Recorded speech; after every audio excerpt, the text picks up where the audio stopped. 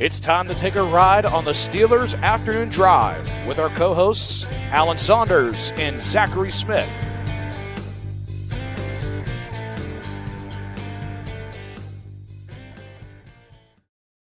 Welcome into another episode of Steelers Afternoon Drive. I'm Zachary Smith. That is Alan Saunders. So, Alan, what do you want to talk about? You know, I was really looking forward to like a nice, relaxing off day from training camp where I could just hang out with the dogs, maybe cut the grass, get some things done around the house. Just doesn't seem like that's going to happen. I haven't even unpacked my suitcase yet. Been home for 20 hours now. All right, well, so what do you want to talk about? That's a Cody Rhodes thing. I told my friend John that I would open up with that. We were at SummerSlam together this past weekend in Cleveland, so that's why I opened up that way. But yes, as is the case, a recurring theme on this show, as much as you might not want to hear us talk about it, it's back. It's back. The topic that we want to die is back. Brandon Aiyuk, once again, at the forefront of Steelers topics, if you will, in conversation, Alan.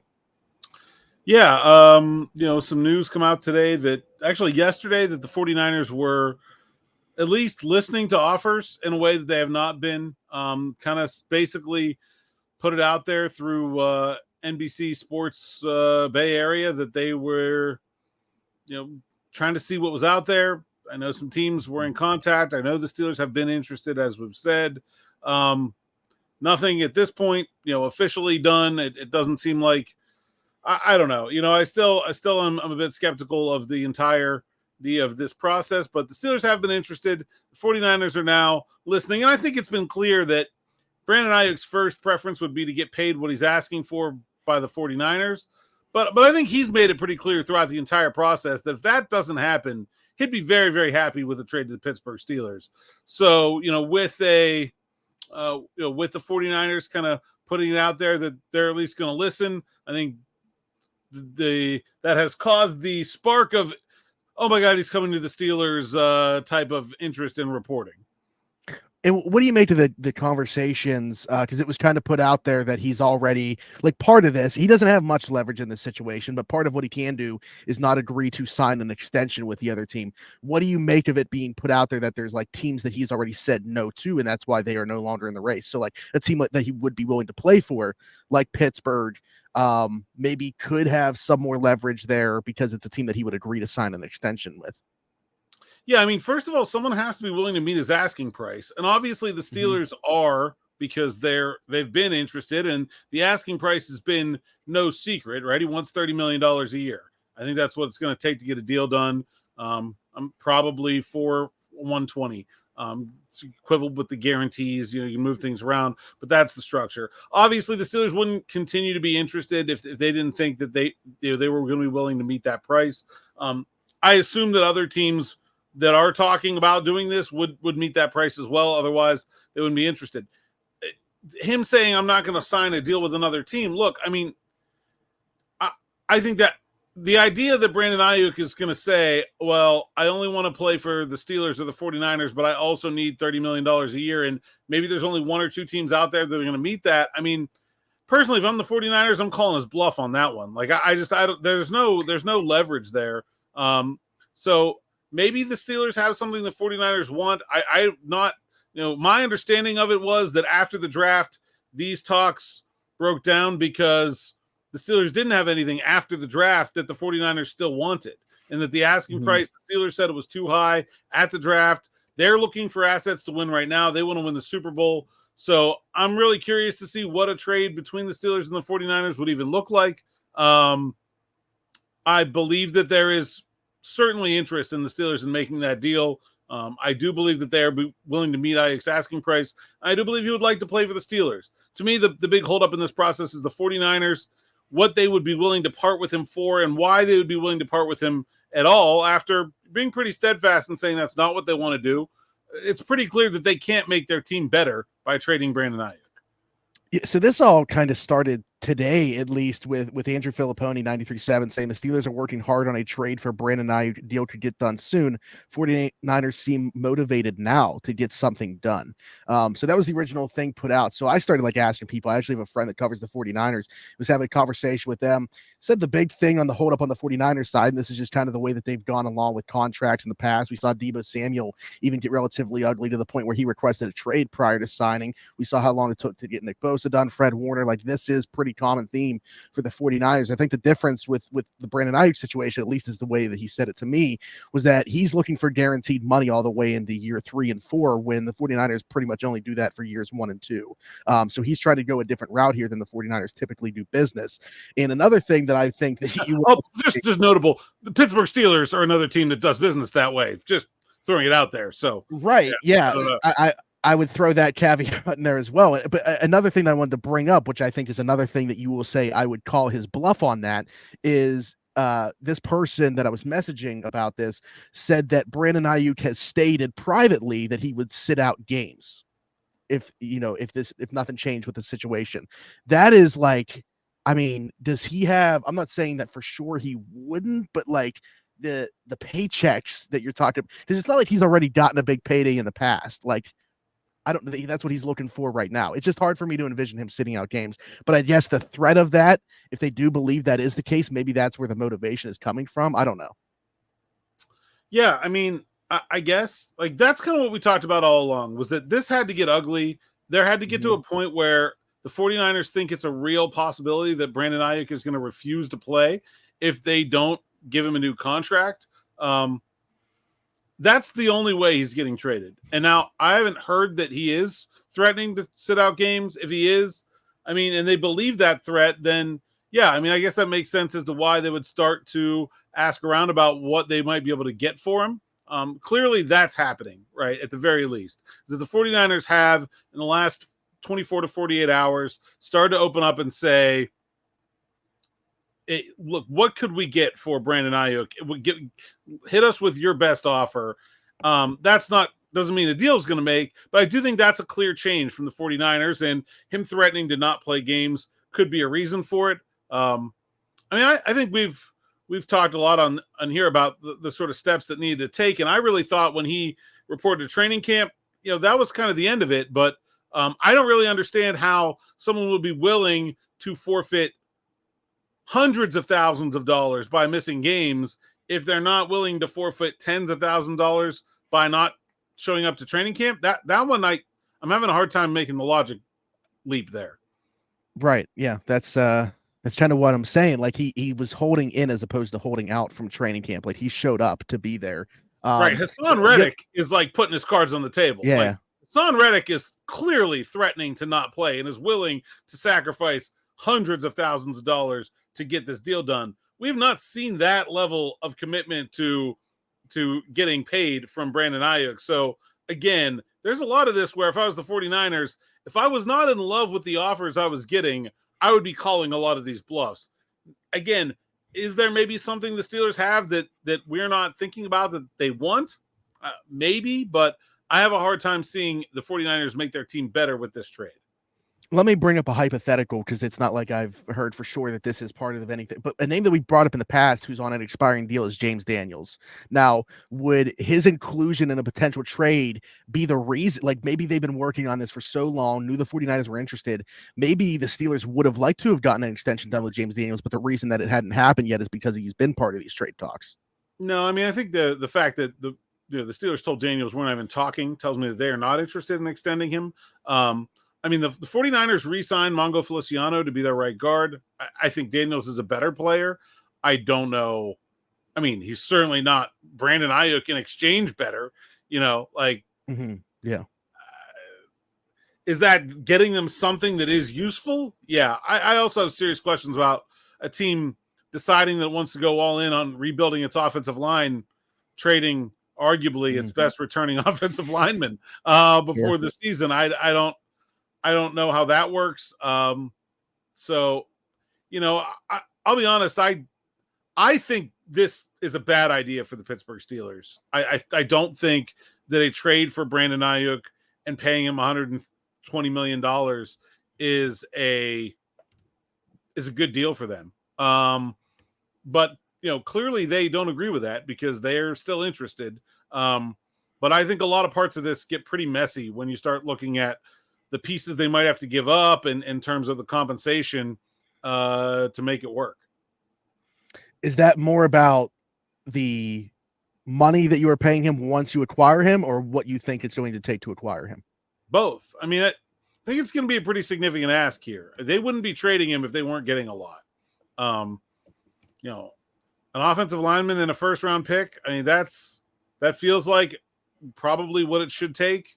I don't know. I think that's a lot, and I don't see how that pays off for a team without a quarterback, a team with a run-first offensive coordinator. To me, that just seems like a bad deal. Yeah, I'm not saying like Omar is completely absolved of the ability to make mistakes here, but like that's why from the money standpoint, I don't necessarily have an issue with it. I feel like because of the way that he's managed the cap in the past, he has the foresight as to where it's going to go. I can trust him from that perspective. Not knowing what they're giving up in a return, though, is that's why it's hard for me to even like have an opinion on it. Now, what I think it will be, I could certainly get on board with saying that that's probably too much to ask along with the money. That if you're talking one or the other, like if this is a player that was drafted by the Steelers and right now we're talking about giving him this money, I think, yeah, sure, like give him this extension. But because you're giving that up, plus having to give him, above or at market value, that's where I wouldn't say lose me, but I have more questions about it. Yeah, and I think the fact that the 49ers seem unwilling to pay him this should be kind of a red flag. I mean, I know that they have a lot of good players and they can't pay them all, but they're not currently paying Brock Purdy. They can certainly kick the can down the road here.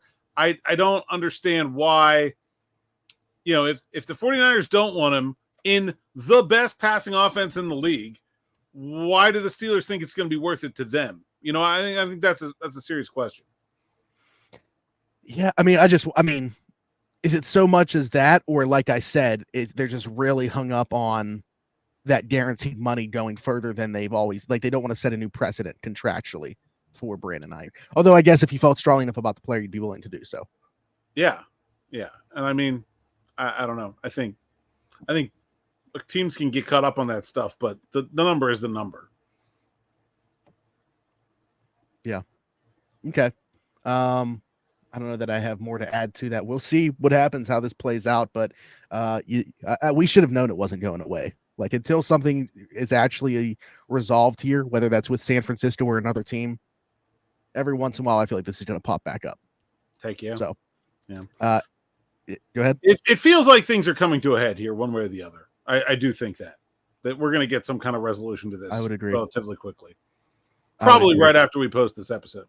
Yeah, I was going to say that, like, I wouldn't be surprised if while we're recording here, something happens, or later tonight where it's like, okay, now we got to wait an entire day to discuss or something. I don't know. We might have to make a short video if that happens. It might call for a breaking news video on the channel if that were to take place. But we can make that happen.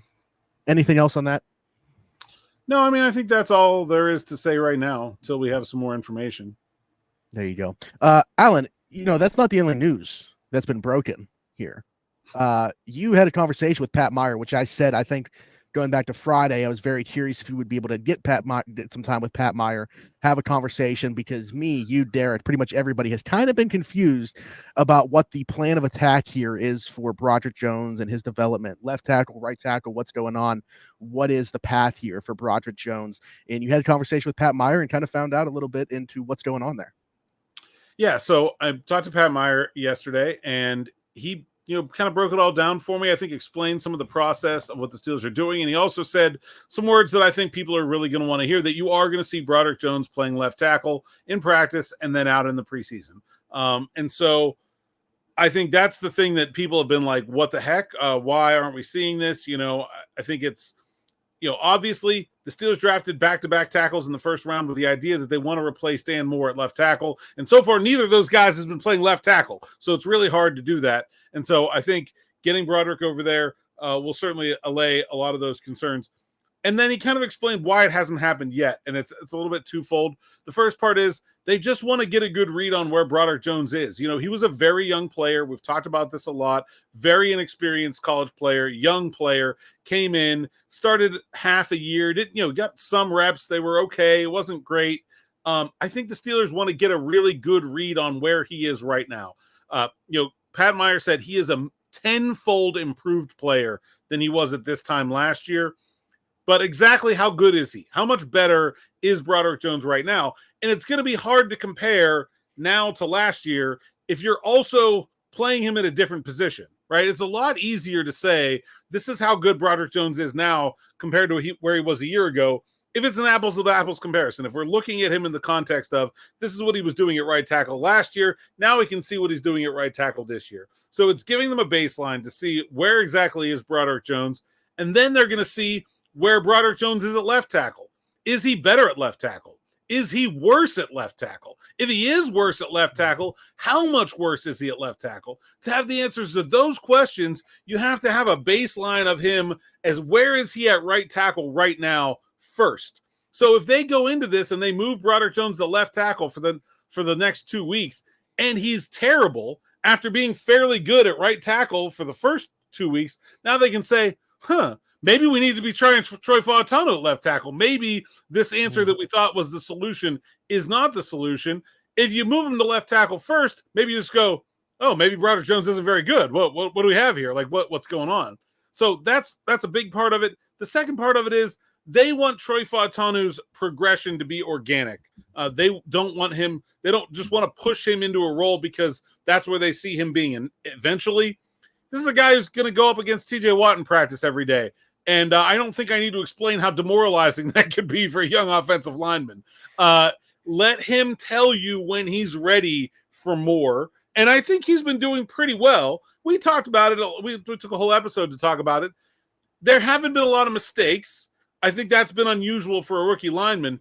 But it's not like he's been out there just driving guys into the ground and dominating in a way that you're like, oh, my God, they can't possibly not play him at this point. I think he's been good. And surprisingly good for a rookie, although Pat Meyer said he wasn't surprised. That's why we drafted him. But it's, let him build up to, okay, now this guy needs to play, and let those two things sort of determine the timeline for Broderick Jones getting over to left tackle. Okay. So you had, and I had, and everybody's kind of had some questions. You got an answer. Where do you feel like that answer suffices? Does that jive with you in terms of the way that they've gone about this process? I think it makes sense. I'm not sure it's the world's best idea, but I think it makes sense. I think, look, if Broderick ends up struggling at left tackle, then I think they will have opened themselves up to the criticism of, well, you should have given him more time there in training camp. Like that's going to be if he goes out there in the first couple games and it's not very good, then I think you're going to be able to point to these first 2 weeks of training camp as a missed opportunity to get him more reps at left tackle. If Broderick turns out to be fine, then I think it was a good idea. But I think it really just hinges on how quickly he can readapt to left tackle, and if he's going to end up needing more time than they have to give him by that they've, having now taken 2 weeks of training camp with him mostly playing on the right side. And since we last recorded, what was it? I believe Sunday, maybe he got some time actually at left tackle. Yeah, a little bit. Yeah. And he has had, handfuls of reps here, there, and everywhere. But, he got a few more on Sunday. Okay. And I was just curious again, that was, were they in pads or no on Sunday? Sunday, yes, in pads. Yeah. Big heavy run period. Yeah. What did you make of the way that he looked over there? Great. I mean, I think it looks fine. Again, it's a handful of reps, but you said it was in a like heavy run though. That is the area where I feel like there's less question, at least from me, about in his game though. Yeah, I mean, I want to see him against Alex Highsmith. That's going to be the determining factor about whether or not he can handle playing left tackle in the NFL. I know Broderick Jones can run block. Period. He could do that anywhere you put him. Fullback probably, but the pass pro will be the determining factor of whether this move is a success or a failure. Yeah, absolutely. Not just for Broderick, though, but kind of everybody else in that mix, though, whether it's Dan Moore Jr. to a lesser extent there, or Troy Fautanu, just kind of the way that this process has kind of impacted everybody. What do you make of just the entirety of it, not just for Broderick? I mean, I think Fautanu's, moving things along nicely. I think he's done well to start his career. I think generally speaking, like the plan is, it's really hard to evaluate. I probably need to see if it works before I really have a firm opinion on it. I don't. It's probably not what I would have done, but I don't think it's hurting anyone, and I think things are trending in a pretty positive direction for the offensive line in general. I think they've looked pretty good with 5 across. Yeah, like I as soon as I asked that, I started to think, has anybody else's reps really been impacted? Because Troy Fautanu's a rookie. Like, how much was he going to really see this early in training camp anyway, even if, there wasn't Broderick also getting reps on the right side? I mean, he's playing more than all the rest of the rookies. So, Yeah, right. And then, in the case of Dan Moore Jr., like I said, I don't even know, maybe he has a role for this team in 2024, but that would be it. Like, we don't really look at him as somebody with a long-term future here anyway. So, what is it really? I mean, Dan Moore is not a guy I need to see. Like, I'm pretty sure I know what I'm getting out of Dan Moore. Yeah, that was probably the best way of putting it that I couldn't find the words to. Anything else to take away from that conversation? I know we had a couple questions that we had left over from Friday we could get to. Got some from the morning rush as well. No, there is something else I want to touch on though, and okay. Is that people have been kind of like freaking out about Minkah Fitzpatrick a little bit. He hasn't been doing very much in practice, and he's fine. Just chill. Like there are like 5 guys on this team I don't need to see a thing from, and he's one of them. Like if Minkah Fitzpatrick doesn't practice one snap between now and September 8th, I'm still picking him as the all-pro safety. Yeah, the AFC. Gotcha. Okay. Like TJ. I mean, I would agree. I would agree. Cam Hayward doesn't need to do anything. Larry Ogunjobi doesn't need to do anything. Not that Larry's as good as those players, but with his injury history, please just get him to the season healthy. Like I don't care what. I don't need to see anything from those guys. Honestly, I need to see very little from Russell Wilson also, although I do think we are getting to the point where we do need to see something, just because it's a new offense and all that. But, I mean, you kind of know what you're getting when you're talking about guys 30 to 35 years old. They don't need to be out there killing themselves first 2 weeks of training camp. Yeah, I would agree. Although, this might be speculation. We did see, again, since we last talked, Russ did throw a pass in 11-on-11s for the first time. Exactly one pass. I'll be curious, and I want to get your thought too. Like, do you think that that's a sign that we might now, after a day off, start to see more Russ? I would be pretty surprised if we don't see more Russ on Tuesday. Yes. Okay, cool. All right, well, there you go. You said you had some comments from Morning Rush. So was there one specifically that you had already seen that you kind of wanted to get to on here? I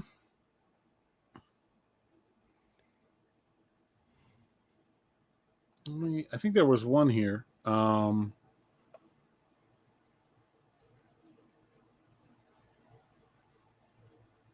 This was Doug Schauger said, "Hey, Alan, how much of what we are seeing at quarterback and other positions is the Arthur Smith effect of actually having an NFL offensive coordinator? Seems like we are seeing more guys being schemed open. Seems like a lot more attention to detail." And just in context, my show this morning was about how to evaluate training camp results and what is kind of real, what isn't, and how you can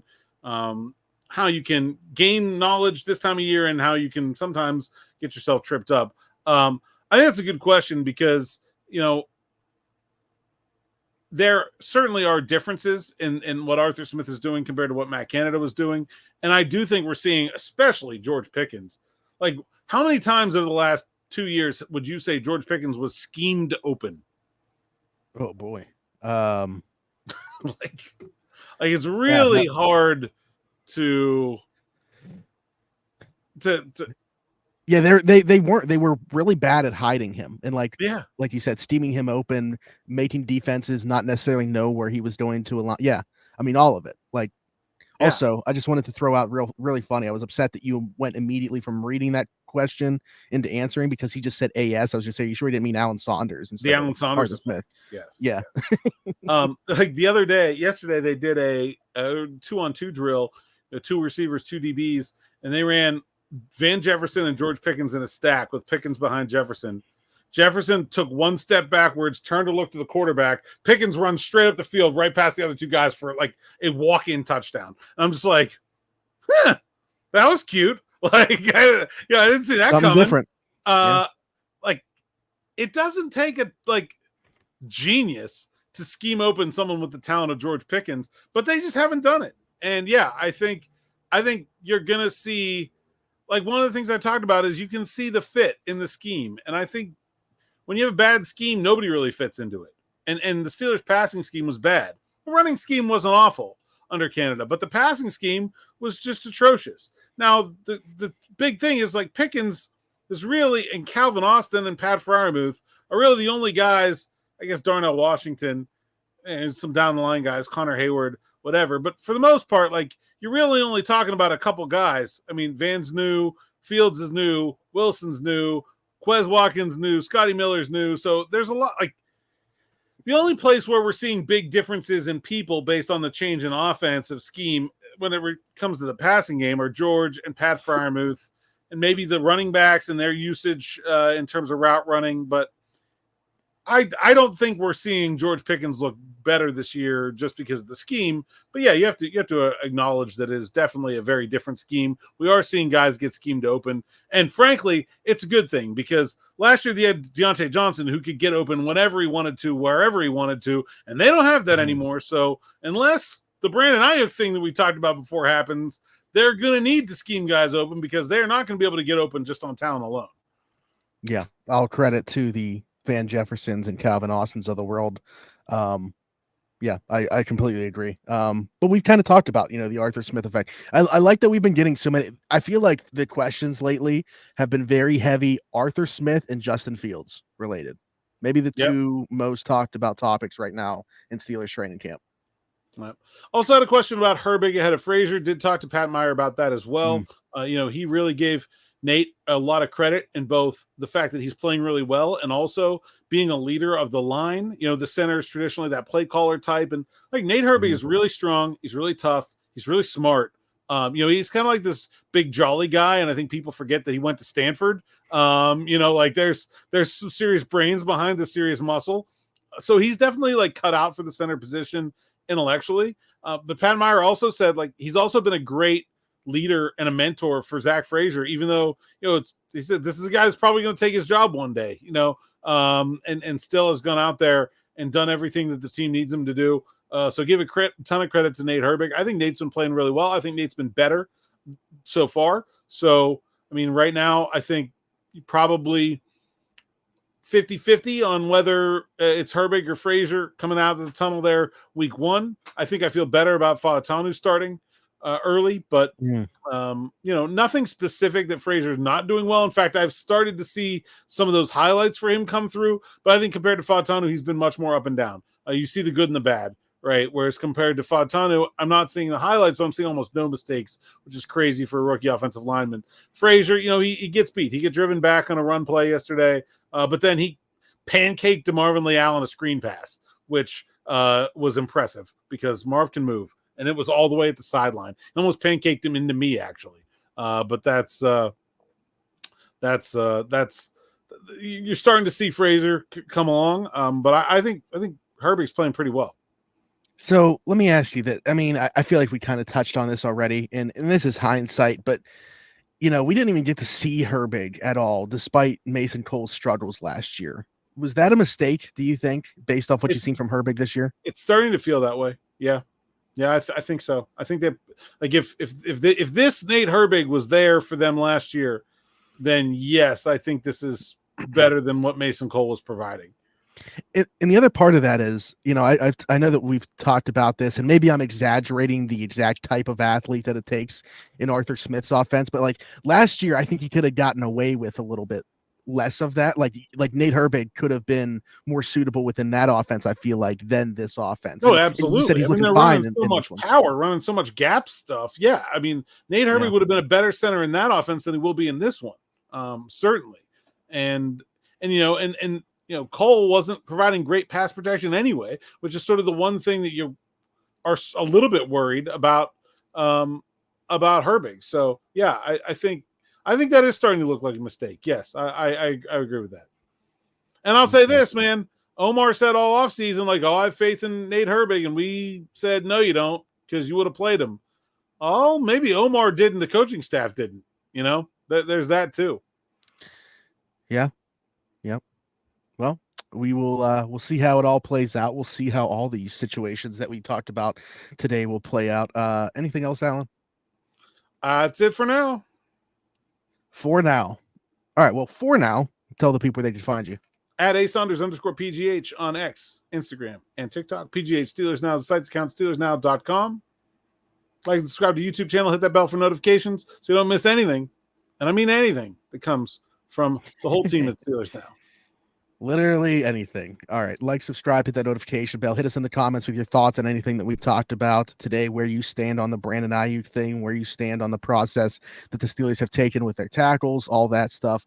Leave us a 5-star review and subscribe if you're listening somewhere else, Apple, Spotify, wherever you get your podcast from. You can find us there. Hit us up on TikTok as well, Steelers Afternoon Drive. Find me everywhere, Zachary Smith, PGH. And that's it. For Alan Saunders and myself, thanks for jumping in. Take another ride on the Steelers Afternoon Drive.